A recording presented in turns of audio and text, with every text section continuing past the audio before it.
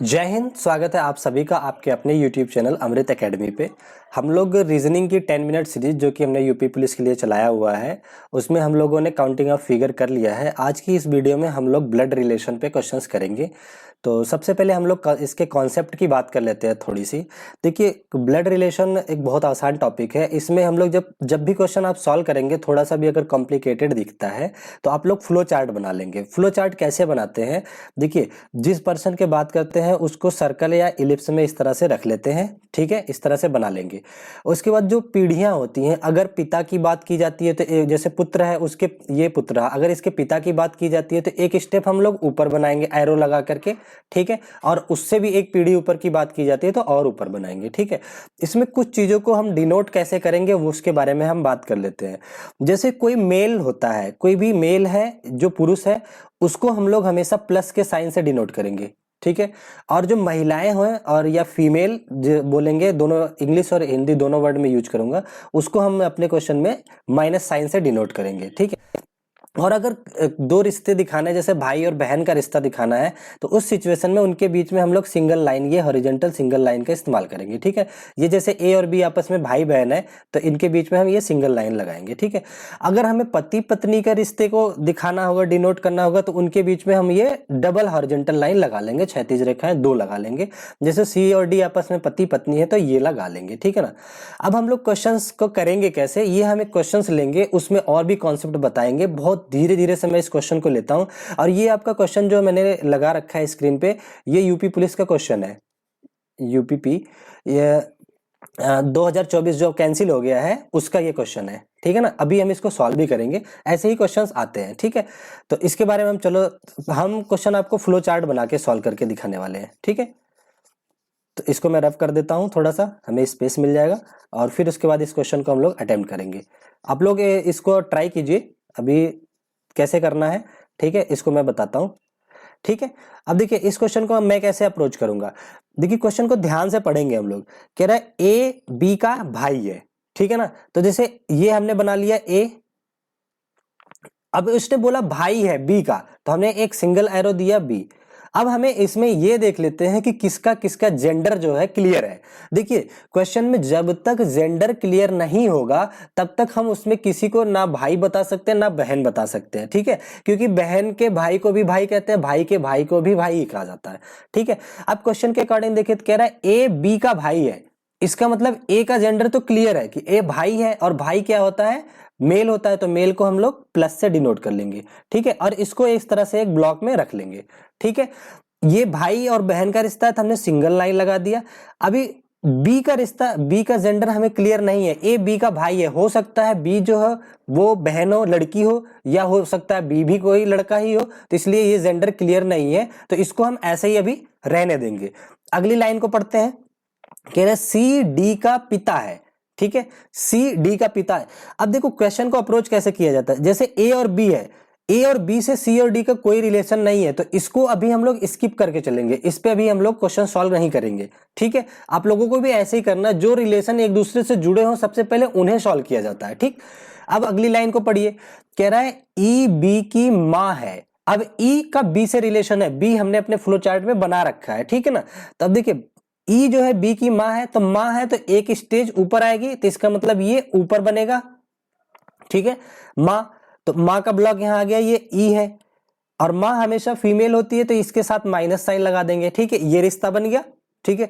अगली लाइन पढ़ेंगे, यहां तक हमने कर लिया। अगली लाइन में आ जाते, कह रहा है ए और डी भाई है, ठीक है ना। ए और डी दोनों भाई हैं, तो ए का भाई डी, तो यहां पे हम लोग डी को बना लेते हैं, भाई एक ही स्टेज में होगा, सॉरी ये डी बनाएंगे, यहाँ पे बी तो बन चुका है, ठीक है ना। यहां पे हमने बना लिया डी को, और ये भी भाई है तो इसका भी साइन प्लस हो गया, ठीक है। यहां तक हमने सॉल्व कर लिया। अब आगे क्या कह रहा है, अब देखिए सी और डी, सी डी का पिता है ना, इसका बात आ रहा है, तो डी हमें मिल चुका है। अब सी की बात कर रहा है, सी जो है डी का पिता है, तो एक स्टेज ऊपर होगा, ये हमने बता दिया, पिता वाला ऊपर होता है, तो यहाँ पे सी हो गया। और सी अगर पिता है तो पिता का जेंडर हमें पता चल गया कि ये प्लस होगा, ये बन गया। आगे क्या कह रहा है, ई सी से किस प्रकार रिलेशन रखता है, ठीक है ना, ई का सी से। अब अच्छा ये बताओ, ये चारों स्टेज एक है, ये आपस में भाई बहन है, तो इसका पिता और माता तो यही तो हुआ, डी की माता ही तो हुई ई की, क्योंकि बी का भाई ए है, ए का भाई डी है, तो ये सब आपस में भाई बहन है। और जो हमारे भाई बहन के माँ होगी वो हमारी भी माँ होगी, ठीक है। अपने ऊपर रिश्ते को लेकर के हमेशा सॉल्व करेंगे, ठीक है। ये हो गया। अब ये पति पत्नी, अब देखिए क्या कह रहा है कि सी और ई का क्या रिलेशन होगा। माँ, जो मेरी माँ होगी और जो मेरे पिता होंगे, वो उनका आपस में क्या रिलेशन होता है, पति पत्नी का। तो पति पत्नी के रिलेशन को हम डबल लाइन से दिखा देंगे, ठीक है। ये रहा।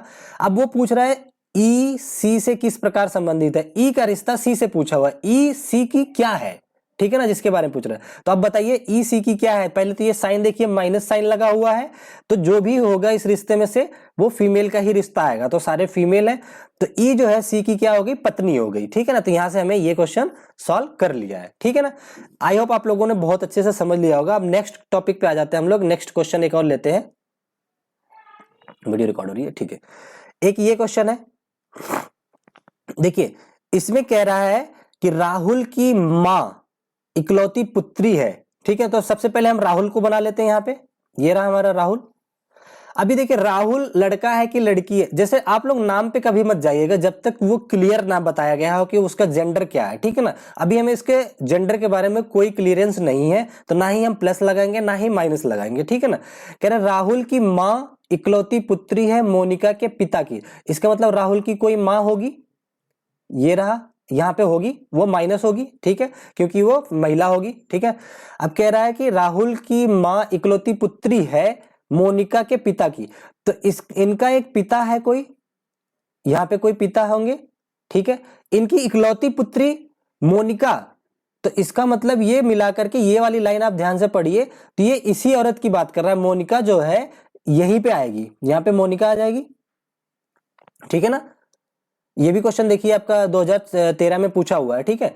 अब कह रहा है कि मोनिका के पिता की, क्या कह रहा है, हाँ, राहुल की मां इकलौती पुत्री है मोनिका के पिता की, तो ये मोनिका हो गई, इनके पिता ये हो गए, इन्हीं की इकलौती पुत्री ये हो गई, ठीक है। अब क्या कह रहा है, मोनिका के पति, तो ये मोनिका है, पति के लिए हमने डबल लाइन यूज करते हैं, यहाँ पे कोई होगा और वो पॉजिटिव होगा।